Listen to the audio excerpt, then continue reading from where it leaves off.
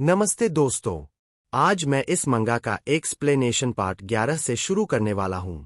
इसके पहले के पार्ट्स किसी और चैनल ने एक्सप्लेन किए हैं, तो मैं उन पार्ट्स के लिंक वीडियो के डिस्क्रिप्शन में दे दूंगा। आप वहां से पहले के पार्ट्स देख लेना। और यहां से हम कहानी को पार्ट 11 से आगे बढ़ाएंगे। चैप्टर की शुरुआत एंक्रित के पास के फ्लैशबैक से होती है। हम देखते हैं कि एक बॉल्ड आदमी एंक्रित को पीछे हटने के लिए धक्का देता है।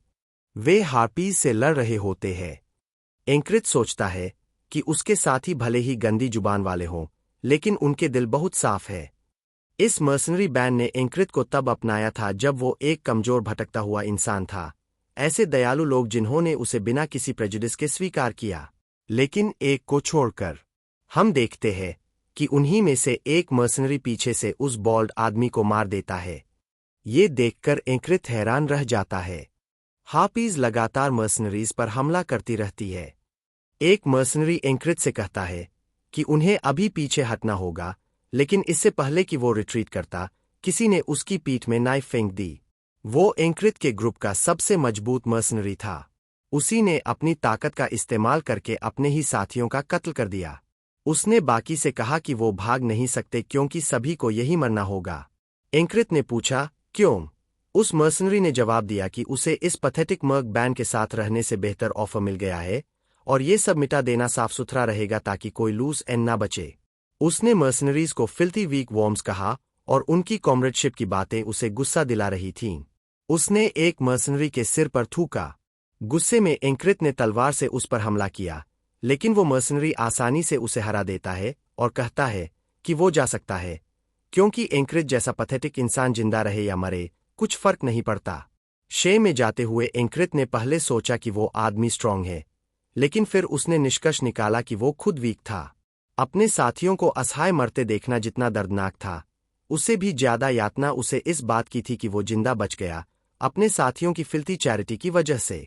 अगर वो अपनी जिंदगी रिवेंज में जला देता, तो इसका मतलब होता कि वो उसी मर्सनरी के हाथों में नाच रहा है।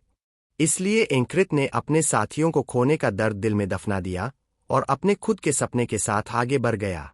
एंक्रित अब भी सोचता है, काश उस वक्त मेरे पास ताकत होती। तभी उसका सपना नाइटमेयर में बदल जाता है, जिसमें वही मर्सनरी कहता है, क्या इस बार मैं तुम्हें मार दूं?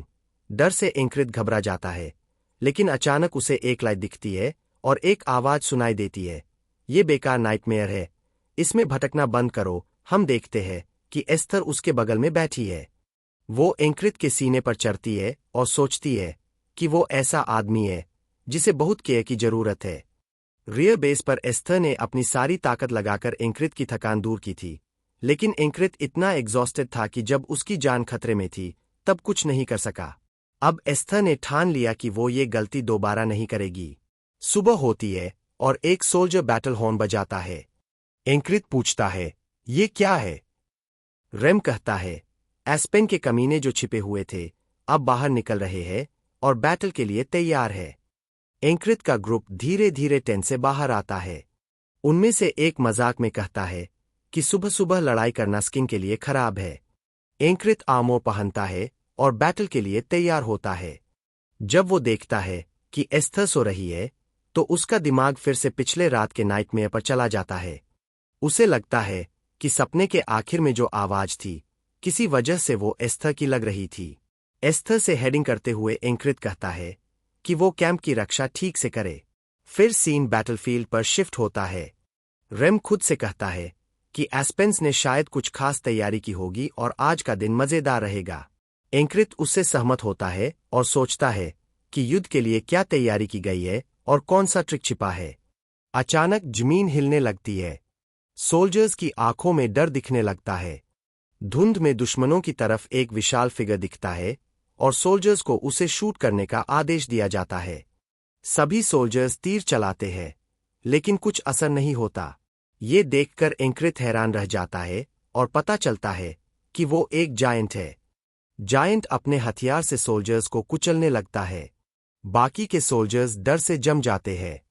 जायंट के चेहरे पर एक डरावनी मुस्कान होती है, जैसे वो किलिंग का मजा ले रहा हो।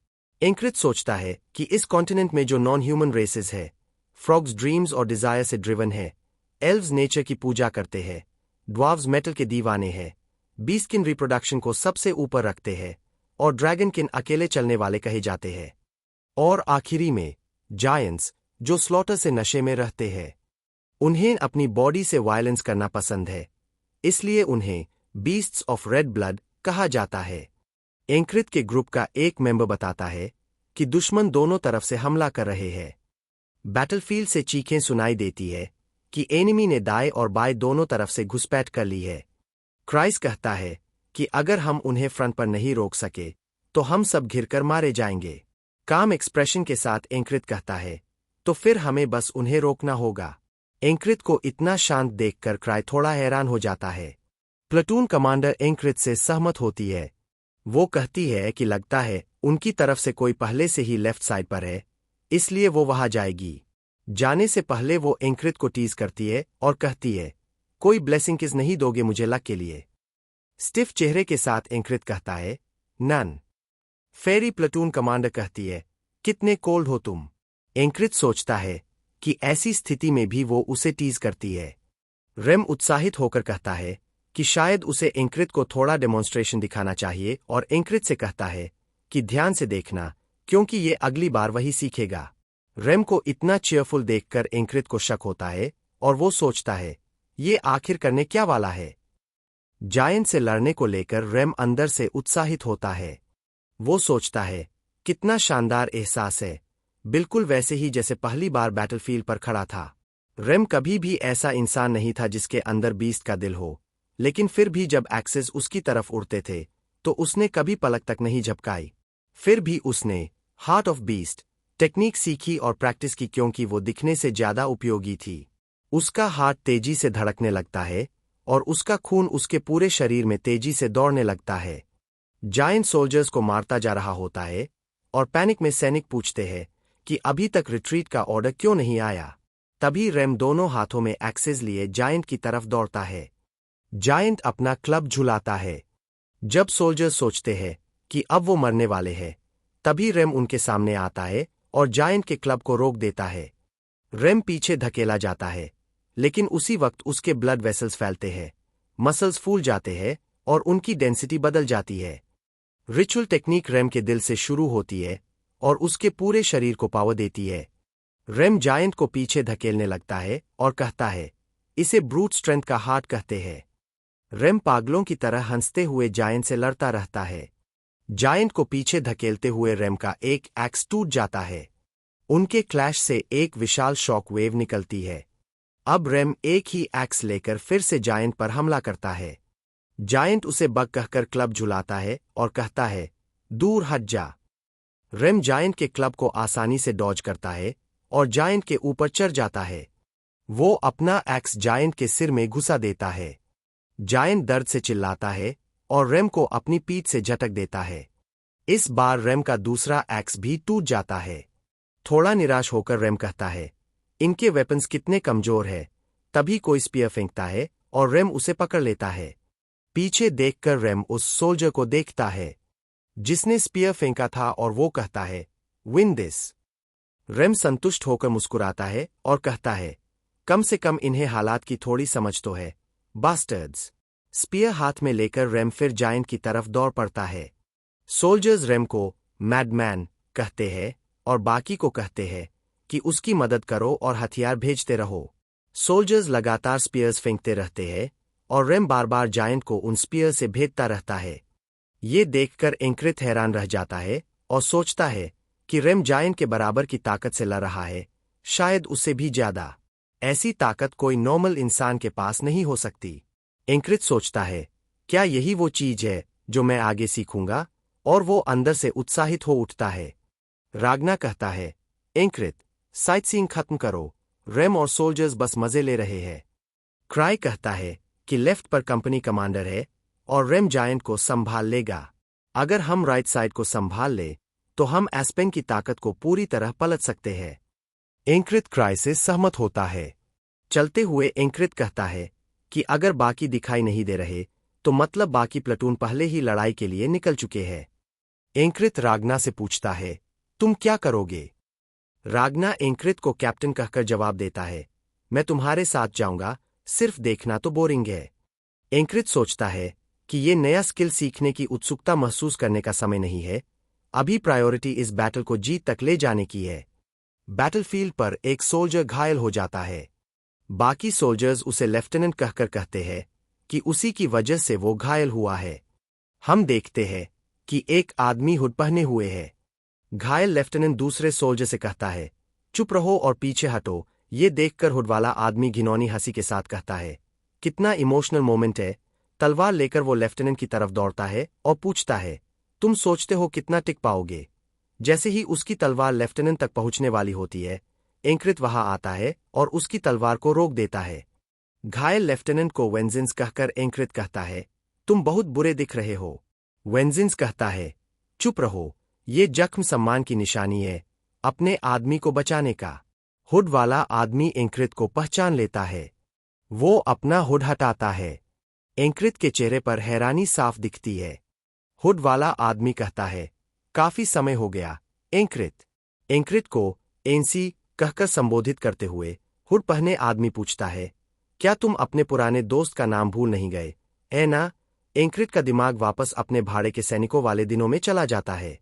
वह सोचता है कि तब उसे उस घटिया आदमी के आगे झुकना पड़ता था, चाहे उसे पसंद हो या न हो। उन दिनों अगर वो उसे दोस्त कहता भी तो एंक्रित कुछ नहीं कह पाता। लेकिन अब नहीं। अब वो किसी ऐसे इंसान को दोस्त नहीं मानता जो अपने साथियों को धोखा देकर मार दे, बल्कि वो उसे सच्चा दोस्त कहेगा जो अपनी जान जोखिम में डालकर उन्हें बचाए। एंक्रित कहता है कि हाँ, उसे उसका नाम याद है। गुस्से में एंक्रित कहता है, उसका नाम एमेफियार था, ना। यह सुनकर हुड वाला आदमी गुस्से और हैरानी से भर जाता है। एंक्रित आगे कहता है कि वो गलती कर रहा था, एमेफिया तो सिर्फ एक उपनाम था, असली नाम था सबह्यूमन। तलवार निकालते हुए एंक्रित उसकी तरफ झपटता है। हुड वाला आदमी भी चिल्लाता है, कमजोर कीड़े जैसे एंक्रिट, और तलवार लेकर उस पर हमला करता है। उनकी तलवारें टकराती है। एंक्रिट आसानी से उसका वार रोक लेता है और कहता है कि जुदाई के वक्त उसे कुछ देना बाकी रह गया था। फिर एंक्रिट उसे दबोच लेता है और उसकी तलवार छीन लेता है। एंक्रिट की ताकत देखकर हुड वाला आदमी हैरान रह जाता है। दृढ़ निश्चय के साथ एंक्रिट कहता है, ये मेरे दोस्तों का बदला है। हुड वाला आदमी घिनौनी मुस्कान के साथ पूछता है, बदला? और कहता है कि वो सोच रहा था कि एंक्रिट जैसा कचरा कैसे जिंदा रह गया, तो ये सब बदले के लिए था। तभी क्राइस दौड़ता हुआ आता है और पूछता है, कैप्टन, क्या आप फिर से लड़ने जा रहे हैं? दुश्मनों में से एक सैनिक कहता है, वो आदमी मरने वाला है। हुड वाले आदमी को कमांडर कहकर वो सैनिक बाकी को बताता है कि उसे कोई नहीं हरा सकता, चाहे सब मिलकर भी क्यों न कोशिश करें, वो कोई मामूली इंसान नहीं।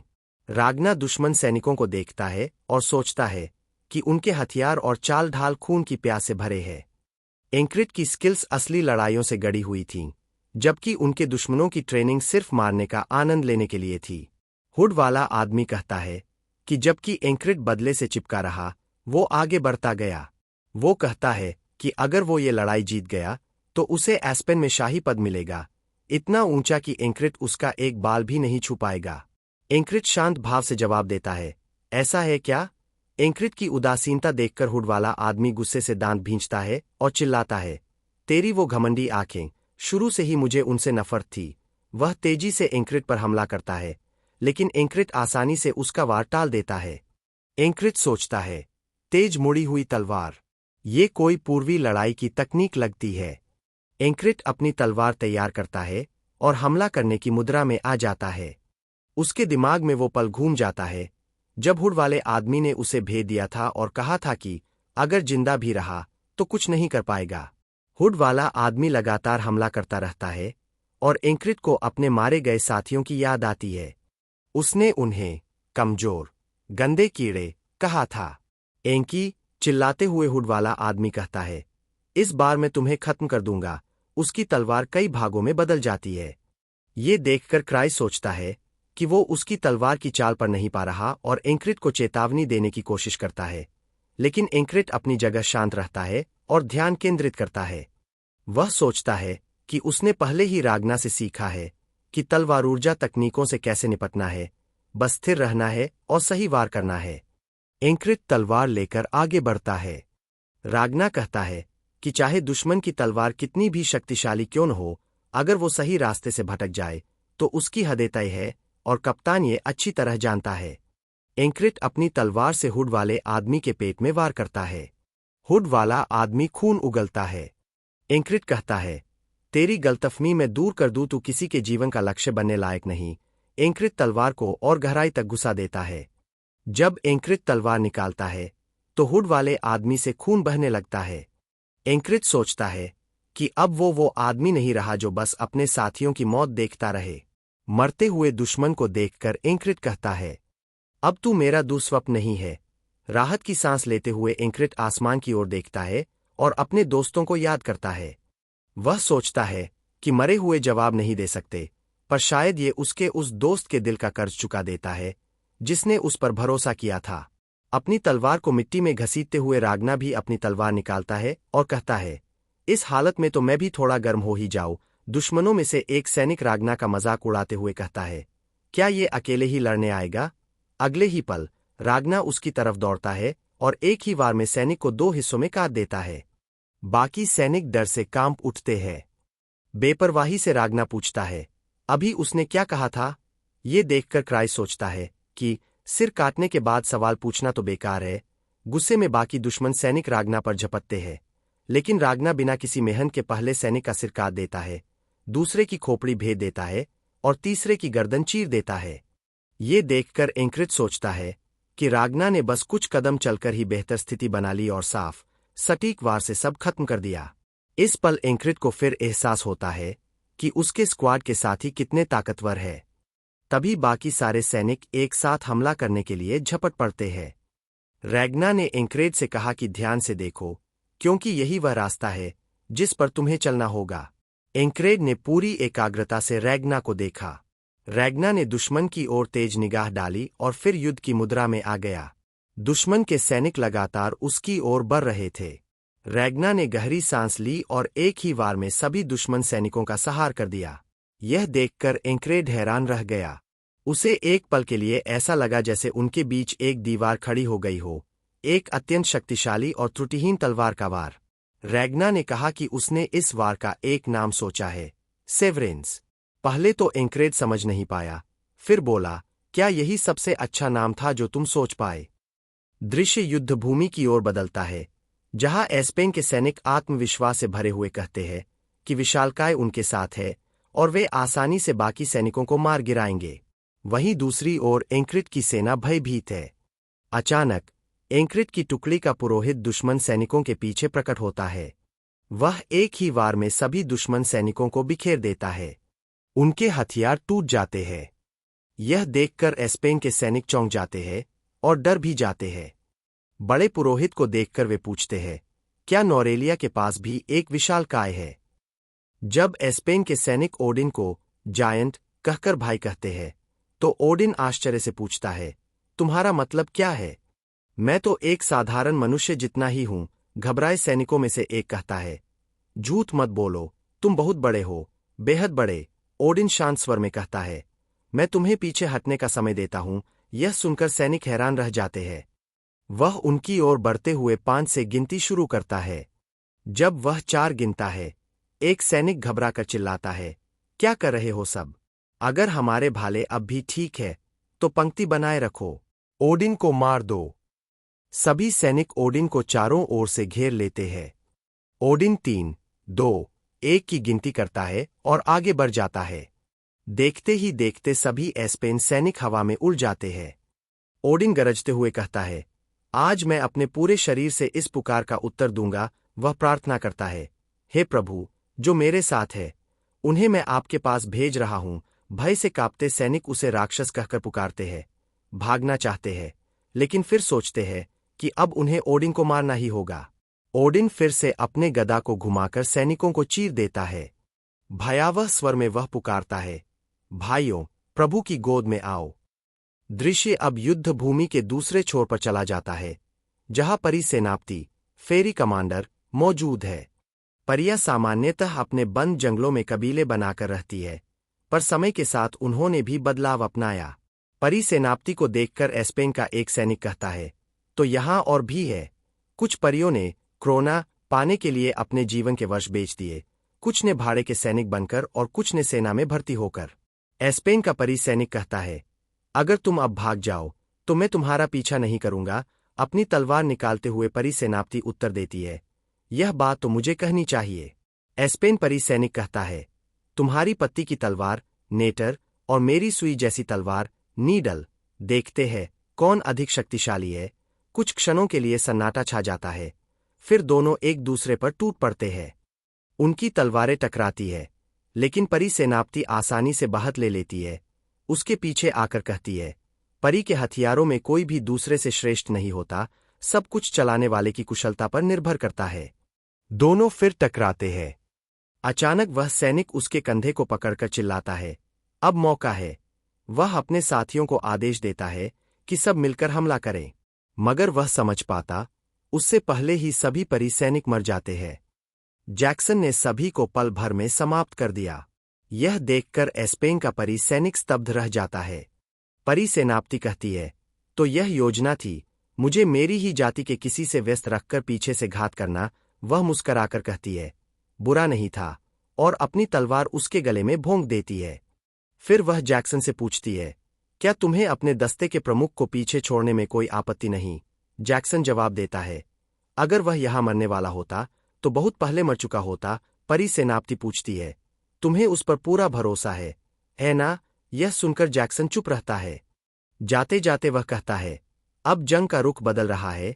परी सेनापति कहती है, पुराने बटालियन कमांडर की तरह नहीं।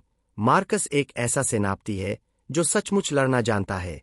वह इस मौके को हाथ से जाने नहीं देगा।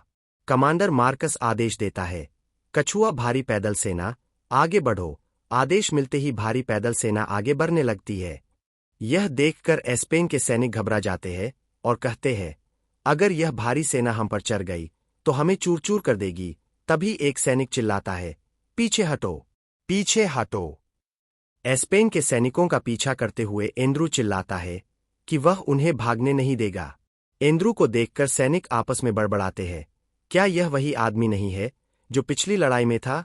दूसरा कहता है, वह पागल है, उससे पंगा मत लो। एक और सैनिक कहता है, अगर तू नहीं चाहता कि तेरे सिर का हाल किसी घूल जैसा हो जाए तो भाग जा। एंड्रू एस्पेन सैनिकों की ओर दौड़ते हुए चिल्लाता है कि वह सबको मार डालेगा। वह उन्हें बेकार का कचरा कहता है, जिनकी मर्दानगी भी पूरी नहीं बनी।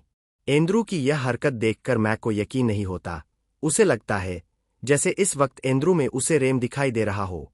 वह सोचता है कि एंड्रू पर किसी गलत पागल का असर पड़ गया है। कथावाचक कहता है, वसंत की हवा अपने साथ जादू लेकर आती है। इस वक्त यह हवा इस युद्ध भूमि पर भी बह रही है, एक ऐसी वसंत की हवा जो नए आरंभ का संकेत देती है। एस्पेन सैनिकों का पीछा करते हुए कमांडर मार्कस कहता है कि दुश्मन के सेनापति भाग रहे हैं। वह सीमा रक्षकों बॉर्डर गार्ड्स को आदेश देता है कि उन सेनापतियों को खत्म कर दो। मार्कस सोचता है कि उन्होंने दुश्मन की बनाई डैगर रणनीति को तोड़ दिया है और पूरी लड़ाई का रुख पलट दिया है। वह यह भी सोचता है कि वह पागल दस्ते ने यह सब अकेले ही कर दिखाया। क्राइज सोचता है कि अगर यह पुराने पागल योद्धा होते तो शायद इस तरह सिर झोंक कर हमला नहीं करते। यह सब कप्तान की वजह से हुआ है। एक व्यक्ति का प्रभाव पूरे युद्ध क्षेत्र पर हावी हो गया। परी सेनापति फेरी कमांडर कहती है, लगता है ये सब वसंत की जादुई हवा के नशे में चूर है। कमांडर मार्कस जोर से चिल्लाता है कि सैनिक अपनी आवाज बुलंद करें और इस युद्ध भूमि के नायकों के लिए जय घोष करें। सभी सैनिक जोर जोर से चिल्लाने लगते हैं, madman, never done it, madman squad. यह सुनकर क्राइज कहता है, क्या जयघोष ऐसे ही लगना चाहिए? थोड़ा अजीब है, लेकिन अगर कप्तान खुश है तो ठीक है। फिर एंक्रेड अपने हाथ उठाकर सैनिकों के साथ जयघोष में शामिल हो जाता है। दोस्तों, हमारा चैनल अब बस थोड़े ही कदम दूर है 1000 सब्सक्राइबर तक पहुंचने से। ये लक्ष्य पूरा करने में आपकी मदद चाहिए। अगर आपने अभी तक चैनल को सब्सक्राइब नहीं किया है तो प्लीज अभी के अभी सब्सक्राइब बटन दबा दीजिए।